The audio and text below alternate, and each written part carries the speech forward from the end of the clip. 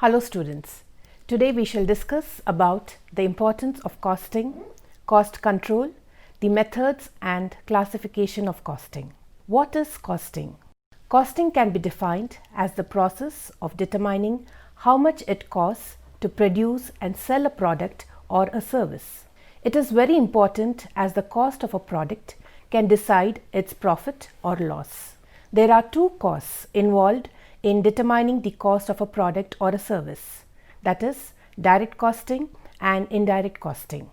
The direct costing is the cost of those items that become a part of the end product and are known as direct costs, such as the raw materials, labor, packing materials, etc. Whereas indirect costs are all the expenses incurred in running a business, and that which cannot be directly identified with the end product are indirect costs. To get a better understanding of this concept, let me give you an illustration.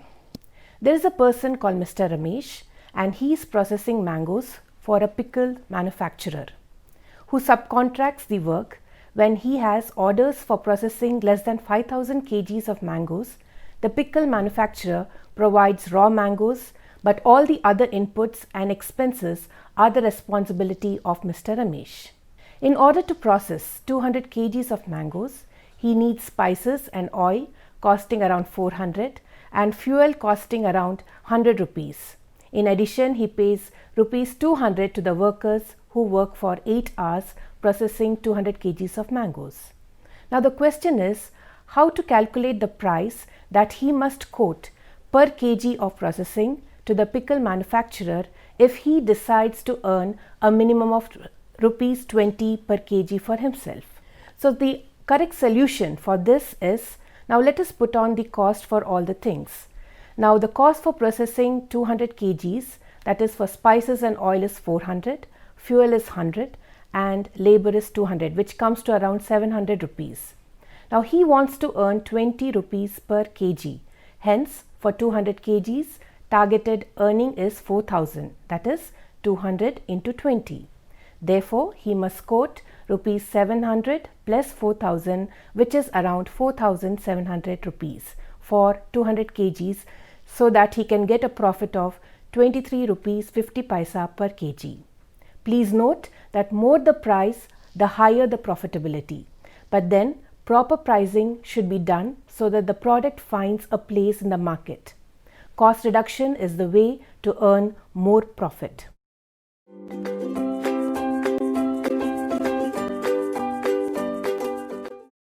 Now let us see the main objectives of cost accounting. These can be classified into 5 different types. The first one is ascertainment of cost, determination of selling price, cost control and cost reduction, ascertaining the profit of each activity, and assisting management in decision making. Now let us briefly see about each of these objectives. The first one, ascertainment of cost. There are two methods of ascertaining costs. One is post costing and the second is continuous costing.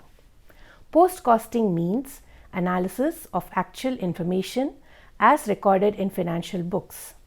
It is accurate and is useful in the case of cost plus contracts, where price is to be determined finally on the basis of the actual cost. Whereas continuous costing aims at collecting information about the cost as when the activity takes place, so that as soon as the job is completed, the cost of the completion would be known. This involves careful estimates being prepared of overheads. In order to be of any use, costing must be a continuous process. Costs ascertained by these two methods may be compared with the standard costs, which are the target figures already compiled on the basis of experience and experiments. The second objective is determination of selling price. Though the selling price of a product is influenced by market conditions, which are beyond the control of any business, it is still possible to determine the selling price within the market constraints. For this purpose, it is necessary to rely upon cost data supplied by cost accountants. The third objective is cost control and cost reduction. The definition for cost control is the guidance and regulation by executive action of the cost of operating an undertaking. The word guidance indicates a goal or a target to be guided. Regulation indicates taking action where there is a deviation from what is laid down. Executive action denotes action to regulate must be initiated by the executors, that is, the persons responsible for carrying out the job or the operation. And all this is to be exercised through modern methods of costing in respect of expenses incurred in operating an undertaking. To exercise cost control broadly speaking, the following steps can be observed. First, to determine clearly the objective, that is, predetermine the desired results. The second is to measure the actual performance and investigate into the causes of failure to perform according to the plan. And finally, institute corrective action. The target cost or the targets of performance should be laid down in respect to each department or operation, and these targets should be related to individuals who by their action control the actual and bring them into line with the targets. Actual cost of performance should be measured in the same manner in which the targets are set up. That is, if the targets are set up operation-wise, then actual cost should also be collected operation-wise and not cost center or department-wise, as this would make comparison very difficult.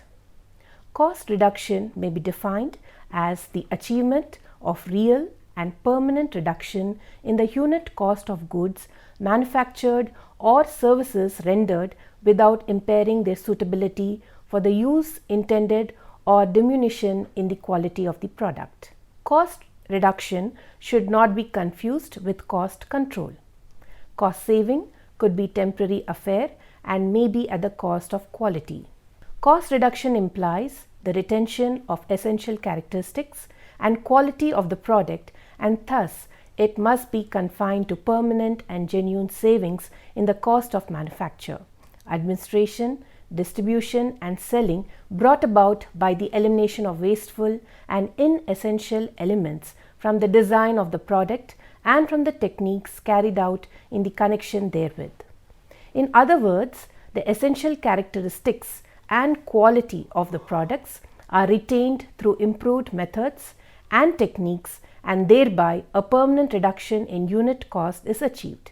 The definition of cost reduction does not, however, include reduction in expenditure arising from the reduction in taxation or similar government action or the effect of price agreements. The threefold assumptions involved in definition of cost reduction may be summarized as: there is a saving in unit cost, such a saving is a permanent nature, and the utility and quality of goods and services remain unaffected if not improved. Ascertaining the profit of each activity. The profit of any activity can be ascertained by matching the cost with the revenue of that activity. The purpose under this step is to determine costing profit or loss of any activity on an objective basis. The next objective is assisting management in decision making. We all know decision making is defined as a process of selecting a course of action out of two or more alternative courses. For making a choice between different courses of action, it is necessary to make a comparison of the outcomes, which will be arrived under different alternatives. Such a comparison has only been made possible with the help of cost accounting information.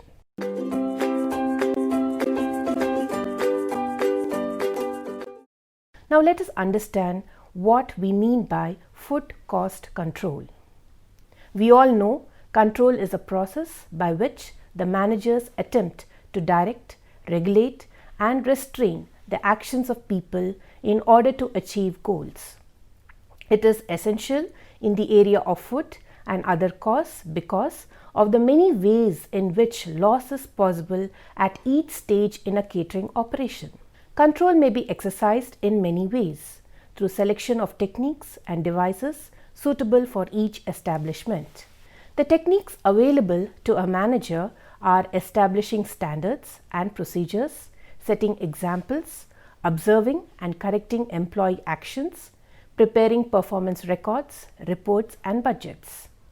The process by which costs are regulated and excessive expenditure guarded against is known as the cost control. It is a continuous process at every stage of catering cycle. The food cost in any catering establishment, whatever its size, varies between 40 to 60% of the total sales, depending on the nature of the organization. These costs need to be controlled because of them will depend the amount of the profit. Food is subjected to losses in many ways as it passes through the production and service cycle. The diligent control of these losses therefore mean control of money lost and hence determines the viability of food service organization. Now let us see what is the methodology of food cost control. The development of an effective system of food cost control resolves itself into three distinct phases: Phase 1, Phase 2 and Phase 3. Phase 1 consists of basic policy decision in relation to the financial and catering policies of the establishment. Phase 2 consists of necessary routine operation, controls revolving around the catering cycle, and Phase 3 consists of what may be described as control after the event or post-operational control. The various methods in controlling food costs are like ordering perishable foods in quantities for immediate use in preparation and service, ordering semi or non-perishable in quantities which can be turned over fast enough to prevent spoilage, close supervision and regular checks at strategic points in the catering cycle, using modular equipment for storage, preparation and service so that the portions are not lost in transferring food from one place to the other, portioning in the kitchen and recording the number of portions before sending them for service and then recording the numbers that are returned back to the kitchen, offering incentive scheme to the staff for achieving sales targets at established gross profit margins, developing lists of consumers' favorites through kitchen, service and sale analysis, then utilizing these to plan imaginative and profitable menus, forecasting the quantities of each menu item that will sell so that excess leftovers are avoided, developing staff initiative and creativity by inviting their participation in forecasting and planning activities, investing on equipments which will save time of staff on routine jobs so that they can use their initiative better in meal production and food presentation, using standardized simple recipes from which portions can be clearly identified, substituting low-cost ingredients for those which are very expensive, some of them may be out of stock or rarely used, and finally maintaining control accounts to enable periodic assessments of profitability and efficiency. Such assessments help to pinpoint areas at variance with the expected results so that the corrective action can be taken in time.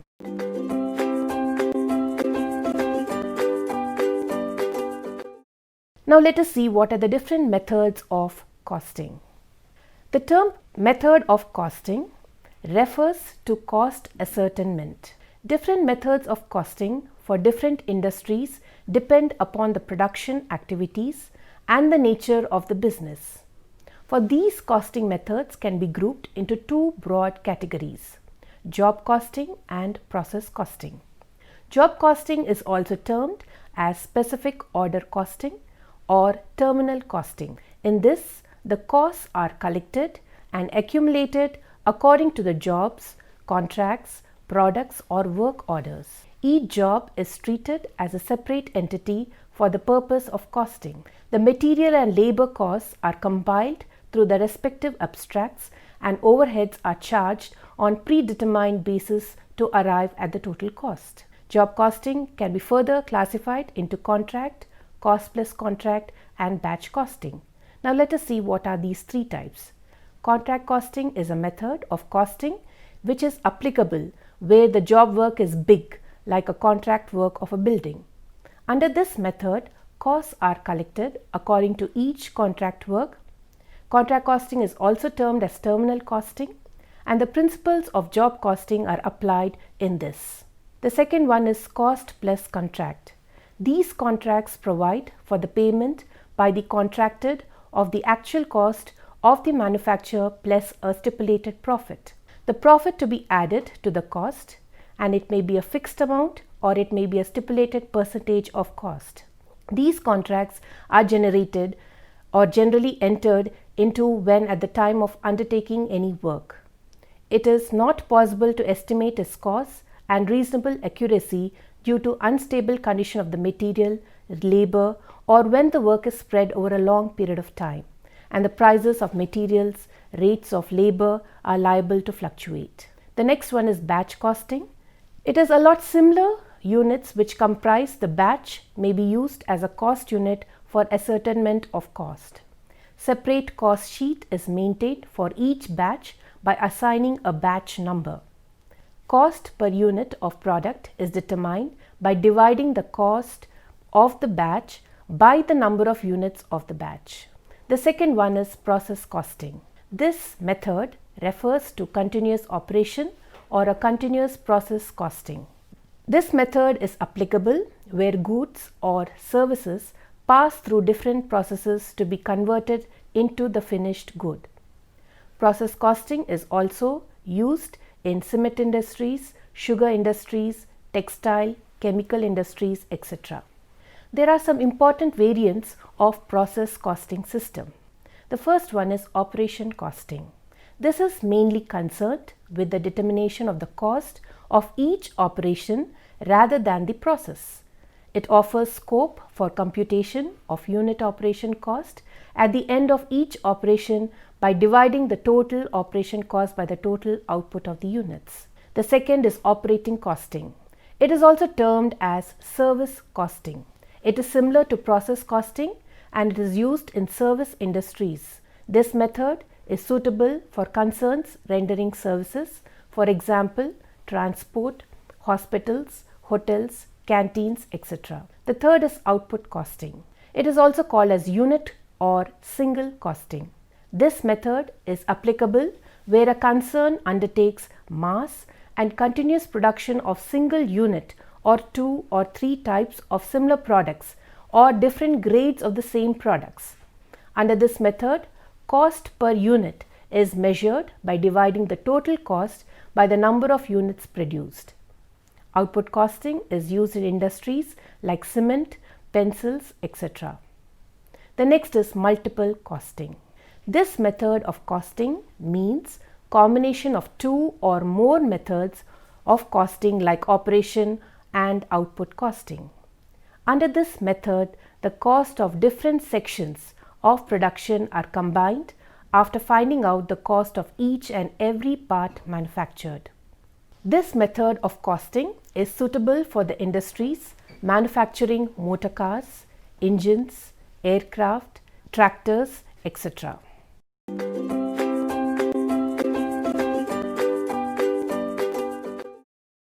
Now let us see the techniques of costing. We all know costing is the technique and process useful to allocation of expenditure, cost ascertainment, and cost control. In order to fulfill the needs of the management, it supplies necessary information to the management. There are various techniques of costing like uniform, marginal, standard, historical, and absorption costing. Now let us briefly understand these different techniques of costing. The first one is uniform costing. It is not a distinct method of costing.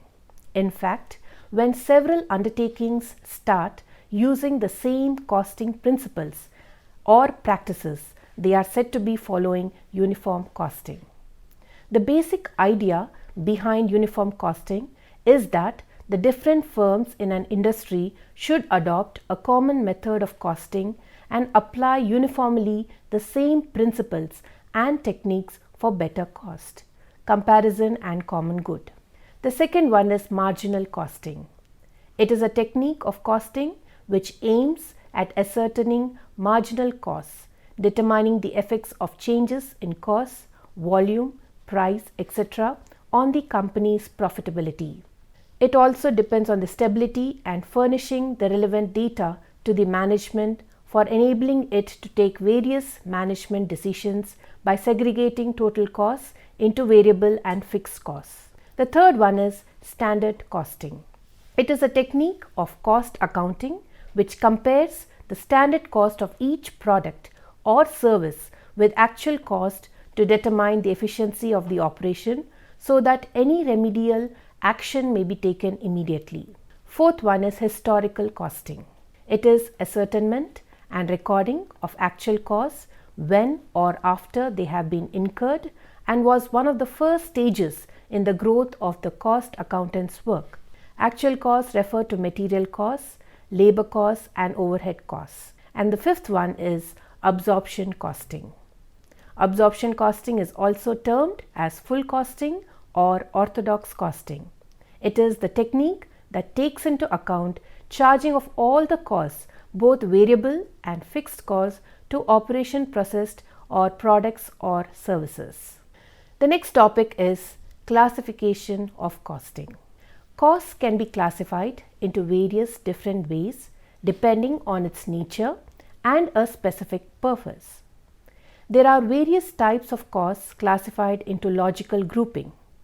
These groups are such that each and every item of cost can be classified. These classifications of costs make the cost information meaningful. It is of utmost importance to the management of a manufacturing concern. It is the first step towards the decision-making process relating to costs and costing. Now let us see how they can be classified. The first is based on the nature of expense. By nature of expense, costs are classified into material, labor and expenses. The second is relation to cost object, that is traceability. This classification is based on the relation of cost element with the cost object. The classification is done into direct and indirect costs, which we have earlier studied. The basis is cause and effect relationship between cost element and cost object or traceability of cost to its cost object. The third one is functions or activities. Costs can be classified into various functions or activities into the following ways. One is production, administration, finance, selling, distribution, research and development, and finally quality check. The fourth method of classification is the behavior of costs. It is seen with respect to the change in volume. On this basis, costs are classified into fixed, variable, semi-variable. Fixed costs do not change with a small change in volume. Variable costs do change. Semi-variable costs have characteristics of both fixed and variable costs. The next one is the purpose of decision making by the management. For decision making, purpose of management, costs can be classified into various types such as opportunity, marginal, differential, relevant, imputed, normal or abnormal, avoidable or unavoidable costs. Next is production process. It's an important classification for cost accounting of different manufacturing industries. Based on the production process of the industries, it can be classified into batch, process, operating, operation, contract and joint. And the final one is time period.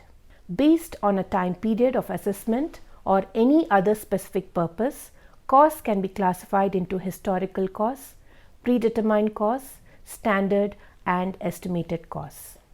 In conclusion, cost information is a part of basic information needed by the managers and policymakers for making decisions about how to improve the performance of any institution and where to allocate the resources within or among the institutions. Without quality cost data, it is not possible to make accurate projections, improve technical efficiency, control expenditure and enhance accountability of managers.